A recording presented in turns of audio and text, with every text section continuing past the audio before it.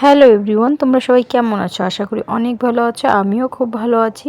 তো চলো আজ আবার একটা নতুন ভিডিওর সাথে চলে এলাম। সবার আগে বলছি সরি সবাইকে, কেননা এর আগের দিনের ভিডিওটা যে আমি দিয়েছিলাম পুজোর ভিডিও, সেটা ছিল সপ্তমীর ভিডিও। তো সেটা আমি ভুলে বলে ফেলেছি ষষ্ঠীর ভিডিও, কিন্তু সেটা ষষ্ঠীর ভিডিও ছিল না। তো তার জন্য সবাইকে বলছি সরি। তো দেখো আমরা আজকে সপ্তমীর দিন রাত্রে বেরিয়ে পড়েছি ঘুরতে যাওয়ার জন্য।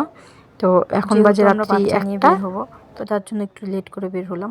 তো তারপরে দেখা হলো ওই যে পাপার আঙ্কেলের সাথে, তো আঙ্কেলের কাছে গেল। দেখো না, পাপা ঘুমিয়ে পড়েছিল জানো। পাপা তারপরে যখন উঠেছে তখন আমরা বেরিয়েছি। তো দেখো এটা আমার বাড়ির পাশে একটা প্যান্ডেল ছিল, আর আমার ভীষণ আনন্দ হচ্ছিল, কেননা এবার প্রথমে আমি পাপাকে নিয়ে ঘুরতে যাচ্ছি। এর আগেবার তো পাপা খুবই ছোট ছিল, একদমই ছোট, 1 মাসের ছিল। তো যার জন্য ঘুরতে যেতে পারিনি। তো যাই হোক, এই বছর ঘুরতে বেরিয়েছি, ভীষণ আনন্দ করেছি, ভীষণ মজা করেছি। তো চলো ভিডিওটা কন্টিনিউ দেখতে থাকো। খুব সুন্দর সুন্দর প্যান্ডেলে গেছি আমরা, খুব একটা বেশি প্যান্ডেলে যাইনি, কয়েকটা প্যান্ডেলে গেছি। আর এবার কি হয়েছে জানো, এরকম একটা মানুষের সাথে বেরিয়েছি বলার মতো না, আমার বরের সাথে। জানি না ভাই রে ভাই, এত ঘুরিয়েছে বলার মতো না। একটা প্যান্ডেলের জন্য যে কতগুলো রাস্তা আমাকে ঘুরতে হয়েছে বলার মতো না, সেগুলো তো ভিডিও করিই নি। তো দেখো এখানে যাওয়ার পরে পাশে বাড়ি একটা মাসির সাথে দেখা হয়ে গেল। তো এটা কি ক্লাব ছিল ঠিক আমি জানি না কোনটা কি ক্লাব, ঠিক আছে। তো যাই হোক, এখানে ঠাকুরটা বেশ সুন্দর। এখানে ছিল মায়াপুর ইস্কন, থিমটা ছিল।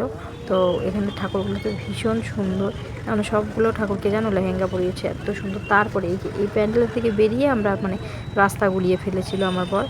তো যার জন্য অনেক ঘুরতে হয়েছে, অনেকক্ষণ, প্রায় 1 ঘন্টা আমরা ওদিকে ঘুরেছি।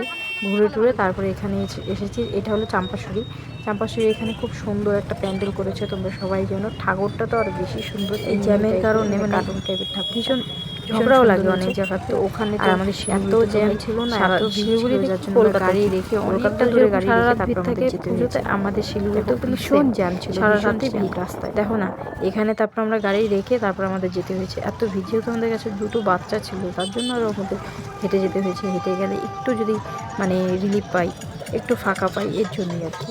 তো তারপর ওখান থেকে তো যাওয়ার পরে দেখো ওখানে রাস্তায়, তারপরে এখানে সেরকম একটা ভিড় ছিল না, ভিড় ছিল সামনে আর পেছনে ভীষণ ভিড় ছিল। তারপরে এখানে তো ভাই আমরা দাঁড়িয়ে আছি, আমার দাদা আর বৌদি কোন দিক দিয়ে ঢুকে গেছে আমরা নিজেরও জানি না।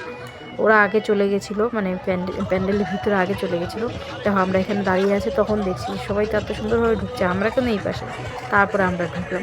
শুধু দেখো একবার ভিড়টা, এরকম ভিড়, কিন্তু তবুও পাপা কান্নাকাটি করেনি, ভীষণ খুশি হয়েছিল। লাইট টাইট দেখছিল তো ভীষণ খুশি হয়েছিল।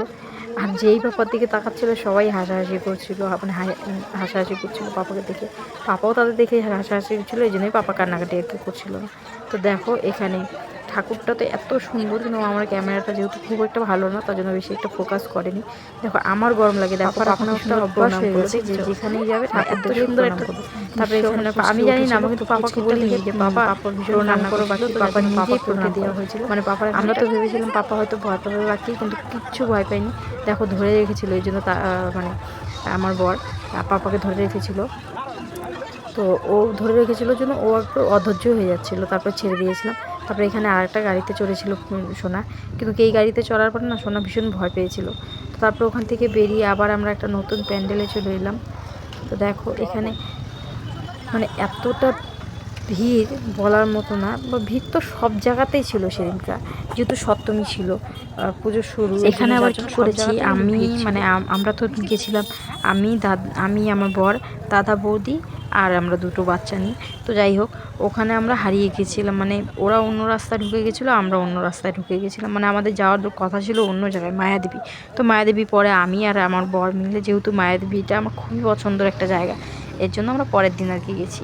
পরের দিন বলতে নবমীর দিন গেছিলাম। তো দেখো এখানে এটা মহানন্দাতে এত সুন্দর, এখানে তো প্রত্যেক বছরই এরকম লাইটিং করে, ভীষণ সুন্দর সুন্দর লাইটিং করে। তো এখানে দেখতে দেখতে দেখতে দেখতে যাচ্ছিলাম। তারপরে গিয়ে আমার দাদার সাথে বৌদির সাথে দেখা হচ্ছিল। তারপরে এখানে দেখো এই ঠাকুরটাও ভীষণ সুন্দর জানো, এই ঠাকুরটা দেখতে গেলে না উঁচু হতে লাগে অনেকটা, মাথাটা উঁচু করে তারপরে দেখতে হয়। তারপরে আমরা চলে গেছিলাম, এটা কোথায়, হ্যাঁ এটা গেছিলাম মনে হয় কেদারনাথের একটা প্যান্ডেল ছিল এসএব রোডে। তো দেখো আমি জায়গার নাম বলেছি কিন্তু একটাই, আর একটা ওই চাম্পাশুড়ি, এই 2টো জায়গায় আমি চিনেছি, তাছাড়া কোনো চিনিনি কোনো জায়গায়। তো দেখো এটা হলো একটা ইসের কী বলে এসএফ রোড যে ছিল, হ্যাঁ এসএফ রোডের প্যান্ডেল ছিল এটা। তো ওখানে দেখার পরে তারপরে একটা লাস্টে প্যান্ডেলটা দেখেছি, ভীষণ সুন্দর ভীষণ সুন্দর। তো দেখো শুধু প্যান্ডেলটা। তো যাই হোক, আমার ভিডিও যদি তোমাদের ভালো লাগে অবশ্যই আমার পেজটি সবাই ফলো করে দেবে। আর তোমরা আমার পেজে কীরকম কী ভিডিও দেখতে চাও অবশ্যই আমাকে কমেন্ট করে জানাবে, আমি সেই রকম ভিডিওগুলোই দেওয়ার চেষ্টা করব, ঠিক আছে। দেখো এটাই আমার লাস্ট ঠাকুর দেখা ছিল সেদিনকার। দেখে তারপরে বাড়িতে আসছি আমি কখন যেন, সকাল ওই 6টা নাগাদ, 5:30 5টা 5:30 নাগাদ আসছি।